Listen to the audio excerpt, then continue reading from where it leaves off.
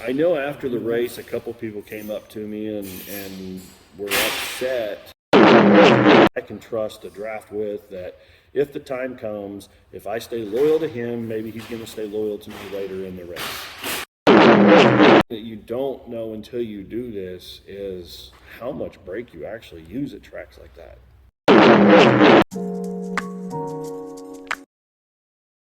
I don't know about you, but I remember where I was at when the direction of my life was formed, Michigan International Speedway, on August 23rd, 1974, when I saw Richard Petty's fire red and petty blue Dodge go screaming by.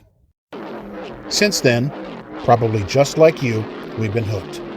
From our first media gig at the tender age of 15 in 1983 with Grand National Scene, to printing our own Supercars Today magazine in the 1990s, hence our name.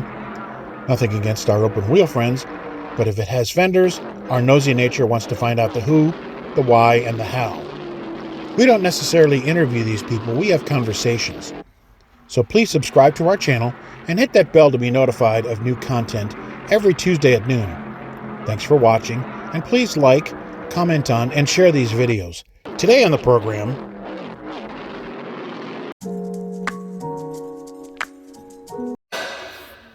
so again, we're talking about the Daytona race, but I really got to appreciate you let me come down and talk to you, because I know it's like 1,001 things happening now. I would assume it's not like this if you're not a race winner. I assume you don't have 10 calls one day. And So normally I have 1,001 things to do. It feels like I got 10,000 things to do now. So good stuff though, man. It's just I've never had to go through this, and it's all good. Back to the race. So we were talking about race day.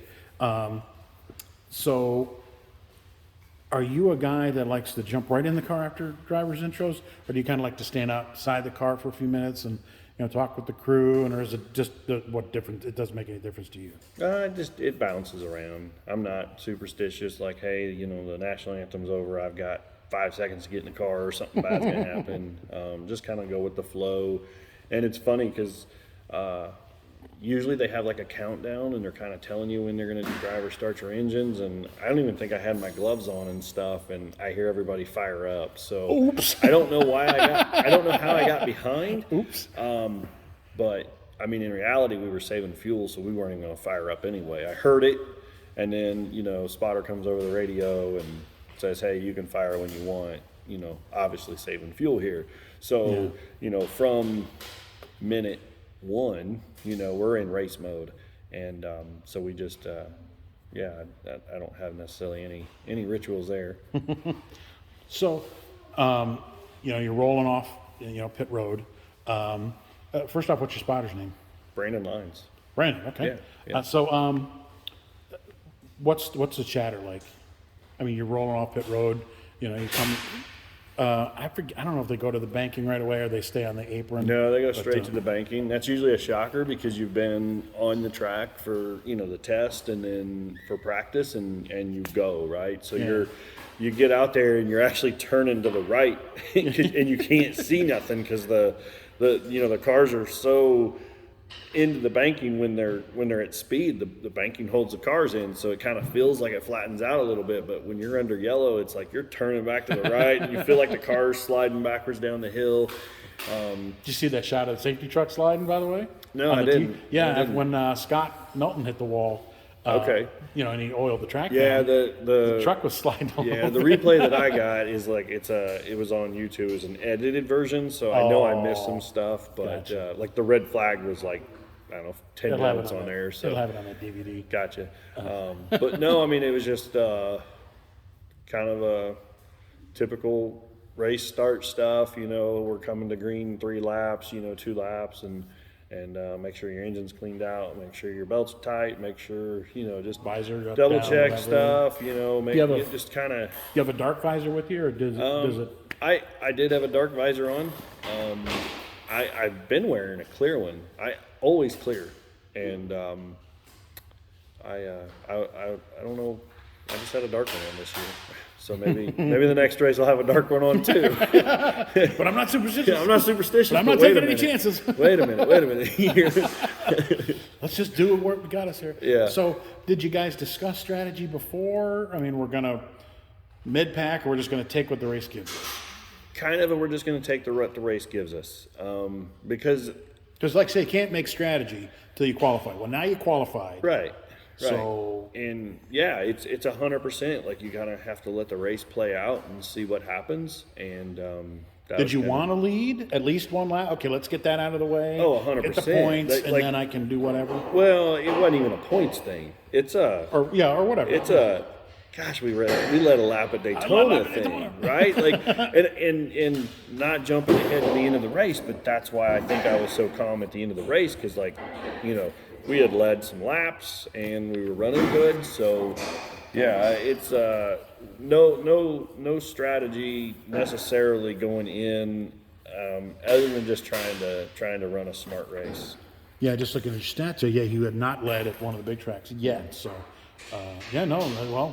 bucket list, and really bucket list check off. Right, But, right.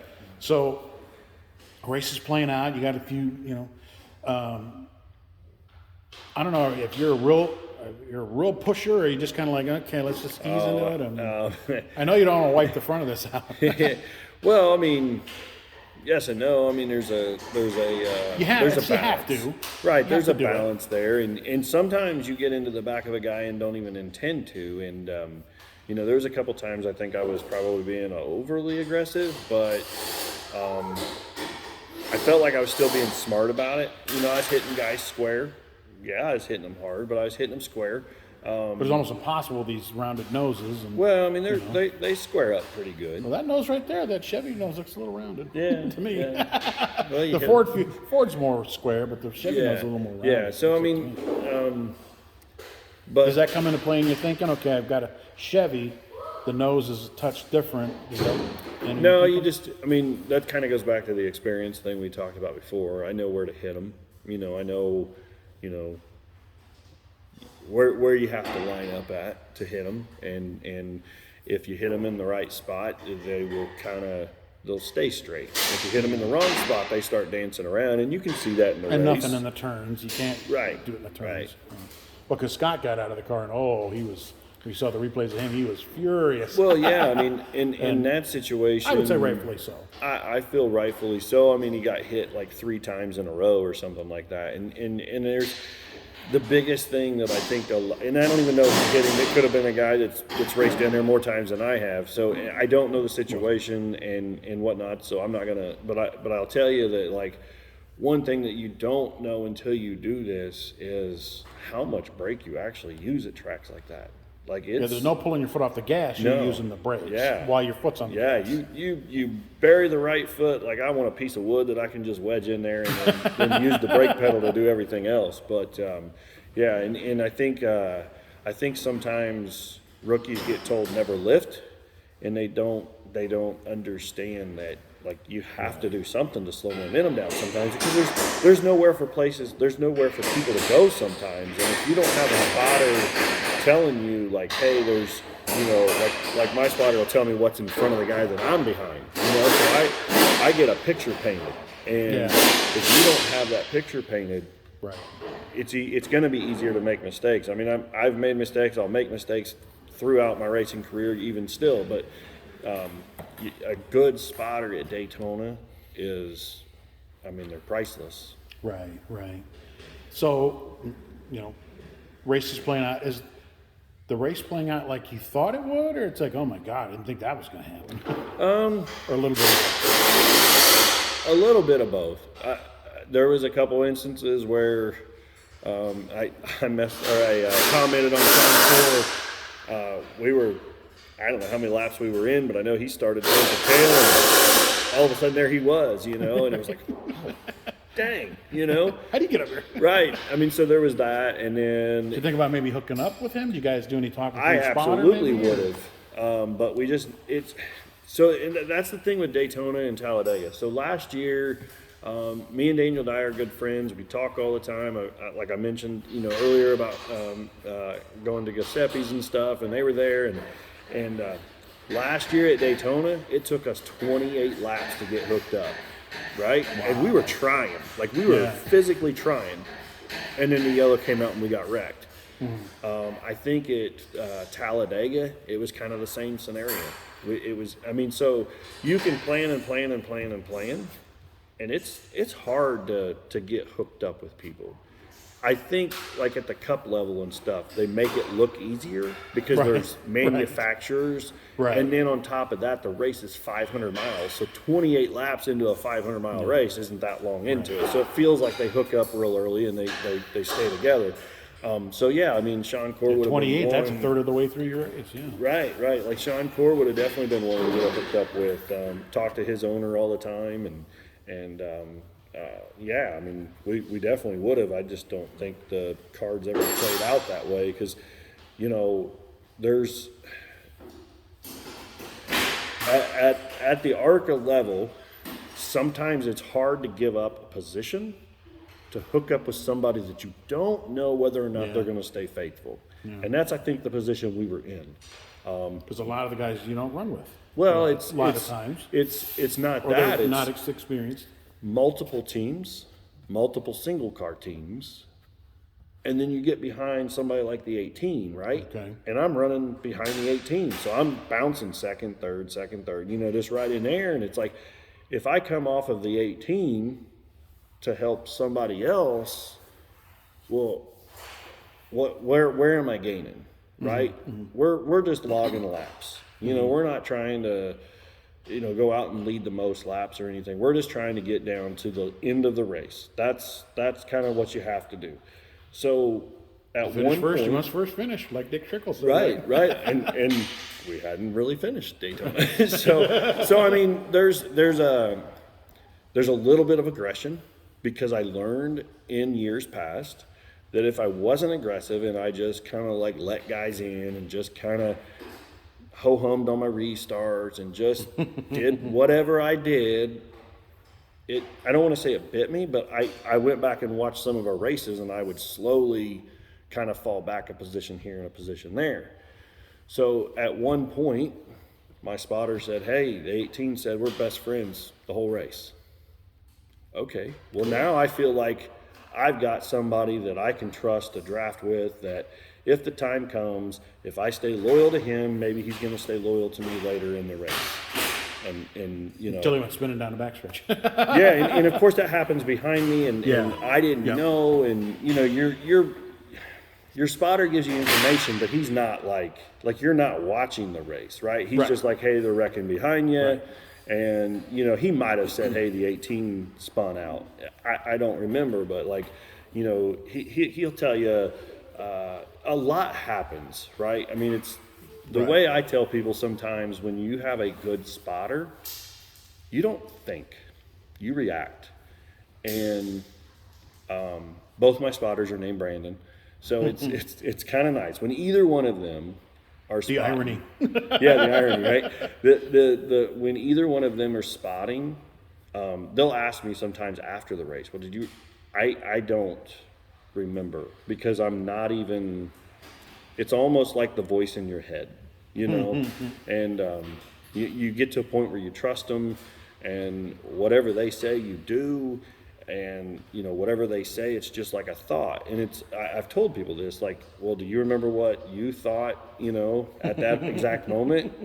Well, no, it was just a thought. Well, sometimes that's how the spotter chatter to me comes across, because I'm busy, right? I'm busy driving, I'm busy watching the mirror, I'm busy doing a lot of things, and then those voices are popping up in your head. You ever see Driven with Sylvester Stallone, the IndyCar movie? It's been a while. Well, do you remember that where they kind of show how he gets in like that focus, whatever, you know? Is that kind of how it almost is? Very much like so. Where Very much so. So one of the reasons why I'm so passionate about racing is because, you know, owning a business is stressful sometimes. And, you know, when you get in the car and you put that helmet on, man, it all goes away, right? So you can just...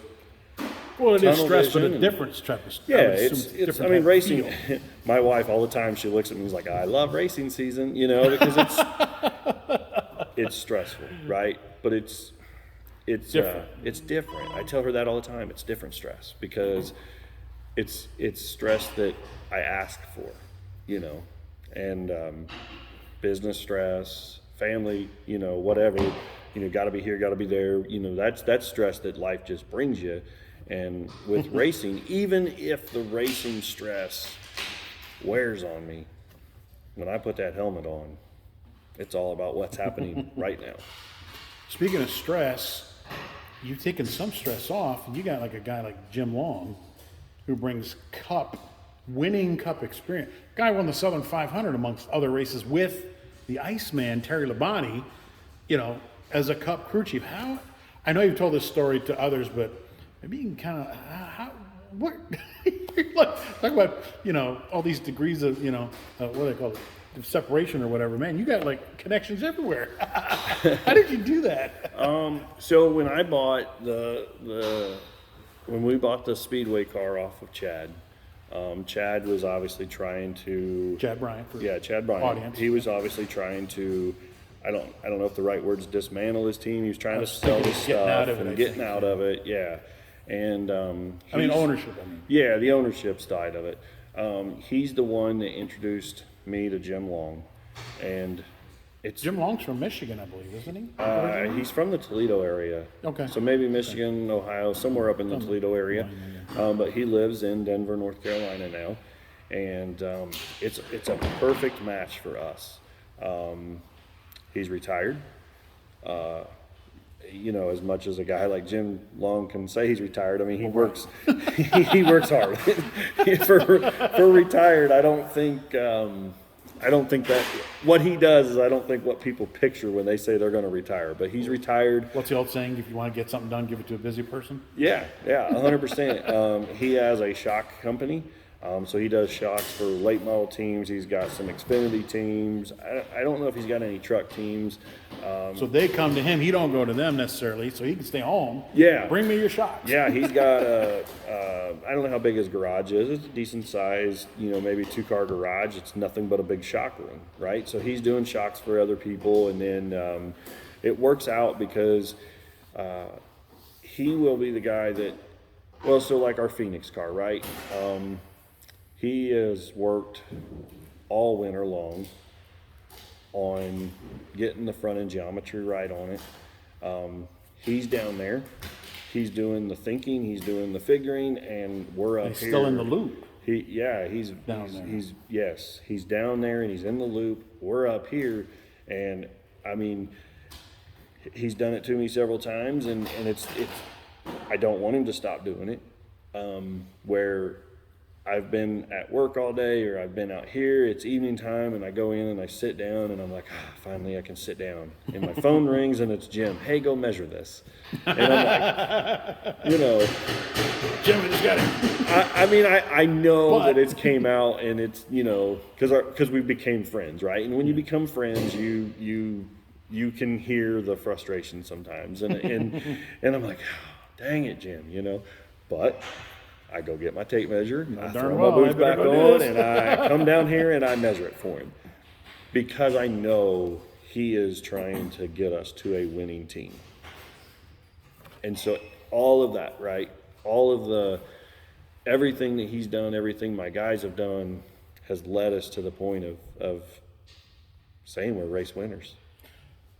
I'm sorry if I don't know this, but he wasn't in Daytona, was he? Yeah. Or was he? Okay, he was in Daytona. He was in Daytona. Okay. And that may have been on the broadcast. Sorry, I missed it. Shame on me for not knowing that. But I believe. So what was the call? I believe it was 8 laps to go before the halfway break. A lot of guys, a couple guys stayed out, thinking, nobody's going to pit. You guys pitted, right? With 8 laps to go. Why that call and not wait till the halfway break? It's fuel mileage. So you run the race backwards. Just like a road course race. It's monkey see, monkey do, right? It's what the Venturinis do. It's what the Gibbs do. It's what Rev Racing does. That's what they've done for years down there. So you run the race backwards. You make sure you can make it to the end. And then as soon as you get in that window, you pit. Because I talked to Sean Corr's spotter, and he said, we're not going to pit. Nobody's going to pit with 8 to go. And that's why Sean went back again. Yeah. Oops. But Grumpy said, well, I would have stayed out too. Well, and I love to hear why It's- people think the way they think. Well, so I mean, there's several factors there, right? Like we had to go into fuel conservation mode, and which meant I got to work under yellow, right? So yellow comes out, shut the car off, let it coast, Make sure it's in the right gear. make sure it's in the right gear, turn it back on, gas it up, shut it off. I mean, it's a lot of work to do that. I know when you have like an in-car camera and you watch the Cup guys do it, it's like, oh, well, you're just flipping a switch. It's not that easy. And there's more talking going on now because it's a caution. What do you think about this? Pit stops, Yeah. blah, blah, blah. And Cut the car off. at one point, the car stumbled, right? And so then you're like, you have to. I mean, you can't lose focus in there. Yeah. Like so you're focusing on what you have to do as a driver to conserve fuel during the yellows. So if you get to halfway and then you fuel up, you don't have to do that. And I'm Right. not saying that that the guys that didn't pit and they waited till halfway that they were wrong or right or Right. whatever, because I mean that was just the strategy that we had. That's what we were going to do.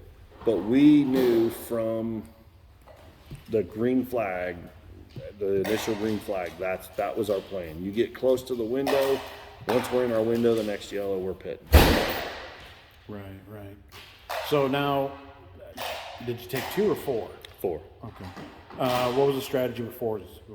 I mean, I don't know if anybody took just 2. I wouldn't assume so. No, I mean there's no reason to, because you don't have to race off pit road in ARCA. Right, So it's the modified live stuff allows teams like ours to be able to compete. Do you like those kind of pit stops? Well, it depends. Non-competitive or what they're calling it? It depends, right? Like as a fan, no, I want to see the live. As a team owner, Oh, you love yeah, it. absolutely. Because here's what I'll tell you, and I guess there was some controversy and Pocono whatnot, last and I don't know about the controversy, because like I said, the version of the video that I watched, I mean, there was probably some stuff edited out and whatnot, but Oh, I didn't know there was controversy this year. well, it was around the pit stop. So I know after the race, a couple people came up to me and were upset the way that the guys like myself that we pitted and then we got our quote unquote spot back. Well, we didn't get our spot back. We went back in line in the order we came down pit road. That is what the ARCA series does. So I guess there was something in the rules, the way it was worded, it was kind of like an interpretation thing. But that's the I mean, when someone told me that, I was like, no, that's not what we do. It's modified live. Modified live means it's a live pit stop, but you won't lose a spot. You can only lose laps. If you lose laps, you lose your spot. And you do have to beat the pace car. You have to beat the pace car. Right. If you don't beat the pace car, then you lose your spots. Right. Now you lose your spots to the guys that don't pit. Right. But, for instance, I think we were behind the 97 or the 18 when we came down pit road. We had a little bit of issue on the left rear, and we were the last one off pit road. Well, we just go right back behind whoever we were behind. And there was some teams that didn't understand that. And I understand, because it's an odd thing to think about. But at the end of the day, if you don't have that modified live pit stop in there, you don't have guys like me. Because now my pit crew budget cost more than my tire budget. Yeah. And, that's what allows us to run ARCA. I mean, we would run, don't get me wrong, we'd probably have ran Daytona, but I would have had to have bought, I'm sure it would have cost $5, $6, $7, $8, maybe even $10,000 to bring a pit crew in to change our tires, because now pit stops matter, and if they didn't have that, I don't see a lot of the teams running that run that. So now green flag comes out, does the second, I mean, now I'm really trying to position. First part, like you say, you're racing, you're logging laps. Now the second half of the race, now you're trying to position yourself. I mean, and I guess it's like you say, take what it gives you, but I mean, now you're looking back on, okay, I let that guy in before, that's not happening again. So was it again stay near the front? I mean, it wasn't a car that was gonna lead, right? I mean, some cars will lead, some cars are better drafting. So right there around halfway, we led. Right. We started on the outside, and you can watch on the replay. We go into one, and I separate, and I pull down on the 97 to side draft, and I pull him back, and then we come off the corner, and our car's pulling. Now, did that tell you something for later? I can Yes. pass on the outside? Oh yeah, 100%. Because you pulled out the pass on the outside. I'm like, oh, he's got to be kidding me. He's gonna stall. Oh my God, he cleared him. Whoa. Yeah, no, I mean, there's, and I'm sure we'll get to that point, but that restart right there, I mean, was I trying to lead? Absolutely. I mean, if I had started third, I'm pushing, right? I'm doing what I can to help my line. But we started second. I don't know who's going to help me behind me, but if I can jump out to the lead and clear myself, then by golly, let's go lead some laps. But I mean, do you want to stay out front? Because you know how, look what happened to Jason White. You ganged up on him and blew right by him. I mean, it's too early probably for that, Yeah, right? at halfway, it's too early. We're still just logging laps. It's Because you're still in logging laps from what, second half then? Okay. yeah, After you led. and I mean, I don't mean this in any bad way, but I mean, we're all racing fans, and we all know how those races play out. It's ARCA at Daytona. There's But- gonna be another yellow. Yeah, no, you're right. You're exactly right. So getting down to the end, the 18 spins. He was a top runner. Now Gustine's out of the race, the DNF. Now it's the underdogs. But I mean, I know you're not looking at it as like, that. You're looking like, okay, I got to beat him. I got to beat him. I got to beat him. When did it start to become a reality that, okay, I could win this thing? I mean, you're always well, thinking, I mean- okay, but now it's like I really could win this thing. I don't know. I mean, I'm just kind of working, right? Like I'm just doing what I got to do. Is your spotter to stay saying, up "You're my front. man, go get him"? Is he one of them kind of guys, or No, he's more of a fax. do you like a lot of talking, or do you like a? Depends. I'll some races I'm just tell me what I need to know. Other races I want to know everything. In Daytona and Talladega is a race I want to know everything. So he's pumping you with facts. Gotcha. Yeah, and it's I'm not thinking at any point like, oh, I'm the underdog here. Yeah. Because I mean at this point in the race, I mean halfway, I mean you still have the 2s up there, the 6s up there. There's a Pinto in front of me. I got to pass it to win. It don't Yeah, I matter, mean right? you have I think Jesse Love was still in there in the 20 car, and I knew the 18 was still a good car. So I mean, he tells me numbers, right? The 20's going there, the 20 did this, because he's not just painting like a picture one row pack, because you can't. Right. You have to build runs, and you have to know what's going on for a lap to make a run for the next lap.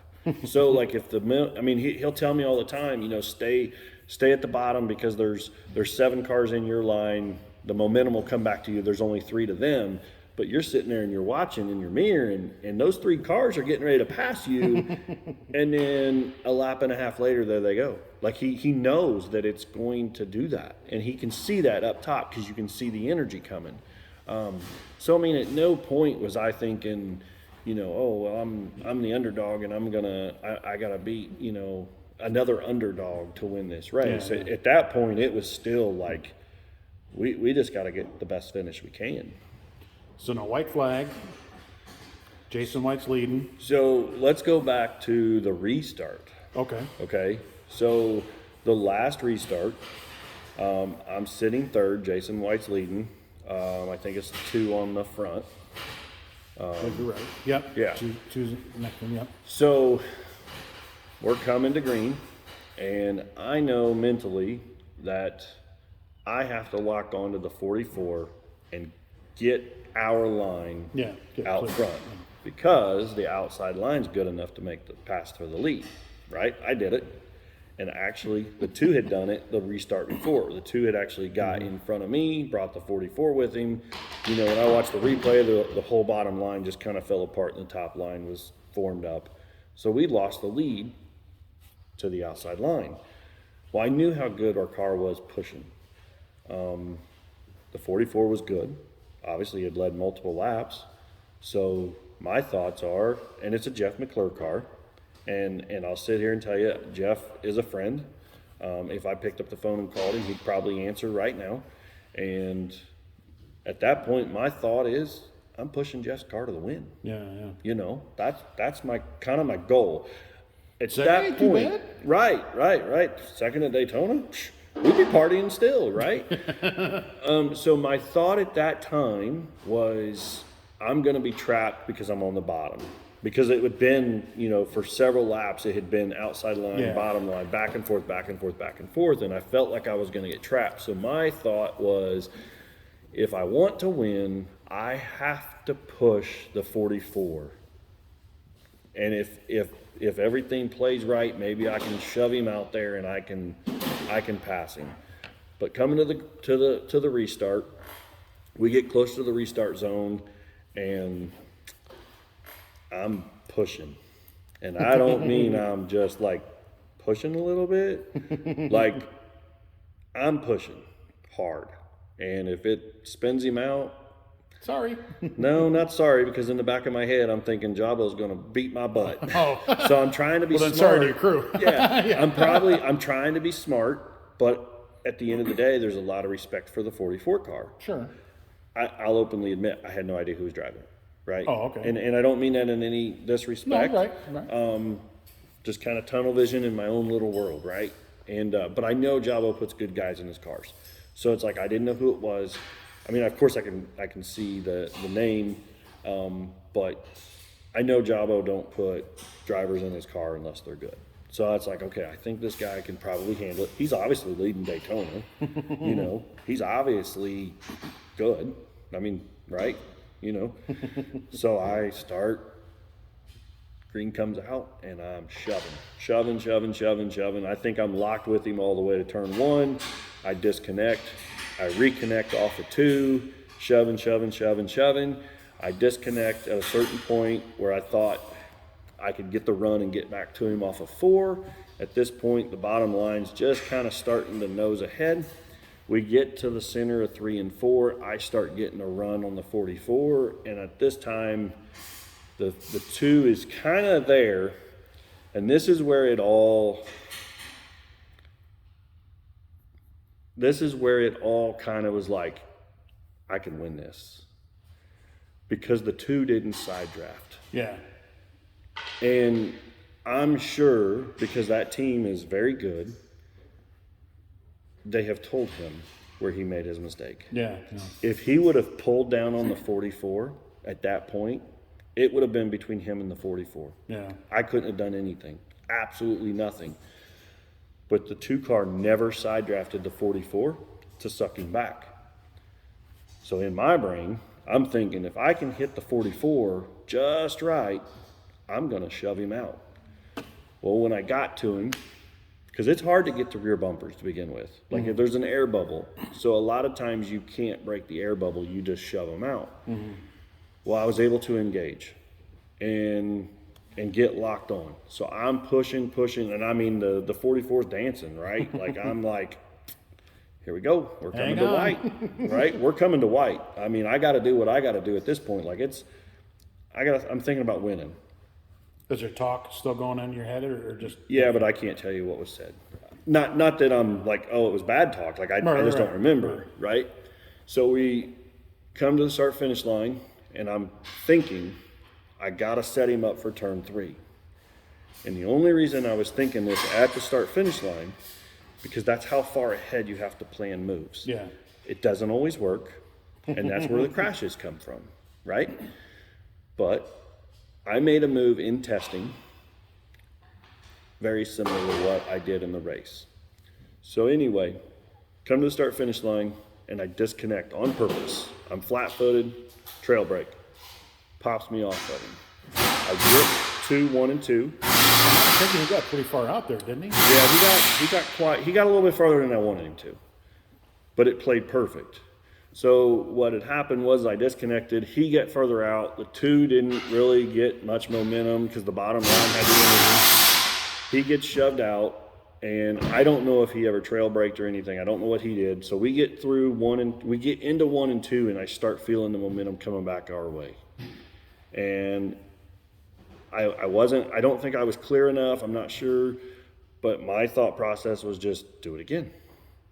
Just do it again. Worked the first time. Yeah, it worked. So I'm thinking, hey, I did this in the test. Like this exact same move. Like I'm setting this up the exact same way. So, but it was the test, right? Nobody's fighting for the position. They're just staying in line and going with the flow.